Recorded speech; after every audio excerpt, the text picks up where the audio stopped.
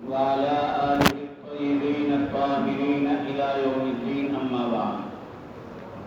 اللهم إنا نحمدك ونستعينك على الدرس. بسم الله الرحمن الرحيم. باب استحباب إطالة الغرة والتحجيل في الوضوء. یہ باب ہے وضو میں ہاتھ اور پیروں کی چمک کو زیادہ لمبا کرنے کے استحباب کے بیان میں. اطالت اور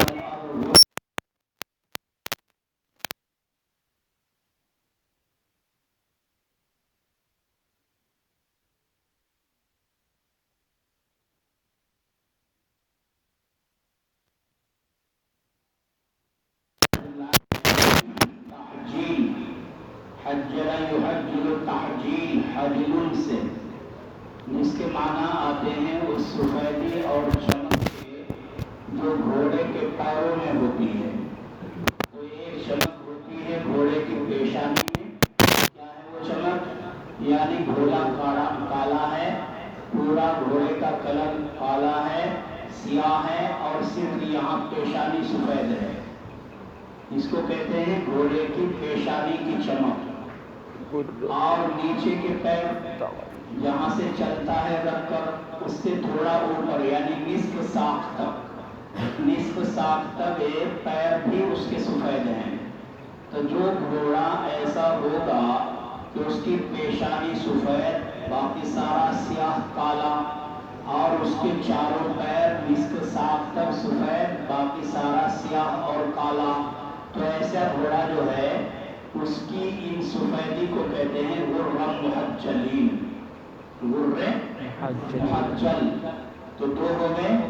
اللہ کے نبی صلی اللہ علیہ وسلم سے صحابہ کرام نے عرض کیا کہ اللہ کے نبی علیہ السلام جب کل قیامت میں آپ میدان حشر میں ہوں گے تو آپ ہمیں پہچانیں گے؟ کیوں یہ سوال کیا؟ اس لیے کہ اولین و آخرین کا اجتماع ہوگا، اللہ کی پناہ اتنی بھیڑ ہوگی، تو لہذا ہمیں حضور جانیں گے کیسے؟ وہاں ہم حضور تک پہنچیں گے کیسے؟ بھائی بہت بڑا مجمع ہو تو ہر آدمی سوچتا ہے کہ بھائی 20-30 لاکھ کے مجمع میں وہاں ملیں گے نہیں اگر لڑ گئے ایک مرتبہ.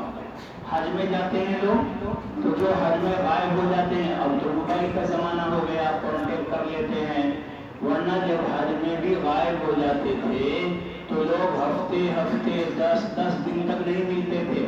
کہاں ڈھونڈے اتنے بڑے مجمع میں؟ تو لہٰذا وہ تو بہت بڑا مجمع ہوگا اولین و آخرین کا، سارے انسان وہاں ہوں گے.